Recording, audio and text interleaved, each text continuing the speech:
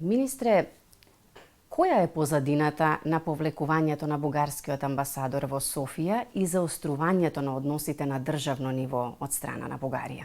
Доколку е поврзано со инцидентот кој што се случи во Охрид, би го сметал за диспропорционална реакција, бидејќи државата, тоа е прво индивидуален инцидент, во кој што државата ги презеде сите можни мерки. Значи, ги идентификуваше веднаш сторителите, едниот е во притвор, имаше осуда од страна на председател, премиер, министер за надворешни работи. Јас отидов во Софија, изразивме тоа што треба да државата го покаже кон наш државјанин и граѓанин, така да навистина не гледам што би било поврзаноста меѓу едниот случај и реакција. Генерално, институциите реагира како што треба да реагира државата за вакви случаи.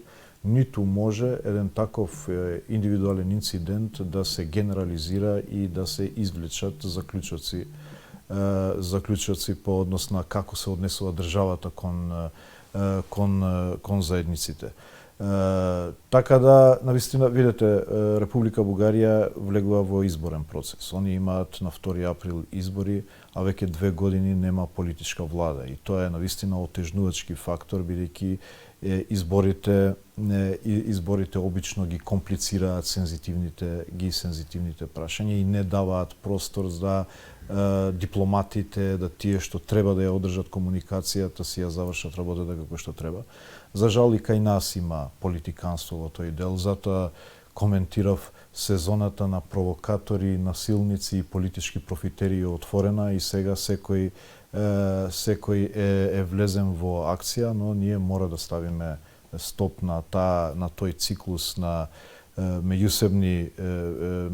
влошување на односите и да ја вратиме позитивната агенда. Мислам дека Република Северна Македонија направи до сега све што треба во однос на справување со еден инцидент кој што може да се случува секаде.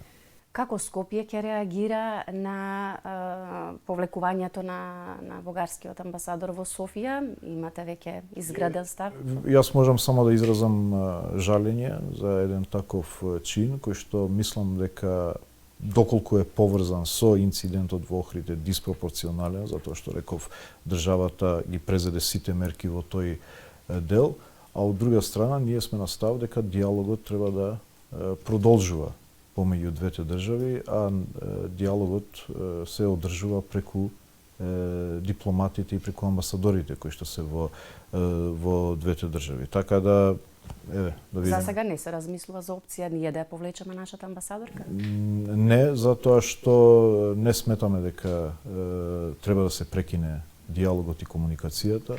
Напротив, тоа нашата вистина по однос на овој инцидент или останати прашања кои што ги засегаат односите, мислам дека треба да ги комуницираме и на бугарската држава, меѓутоа и на нашите партнери во Европската унија.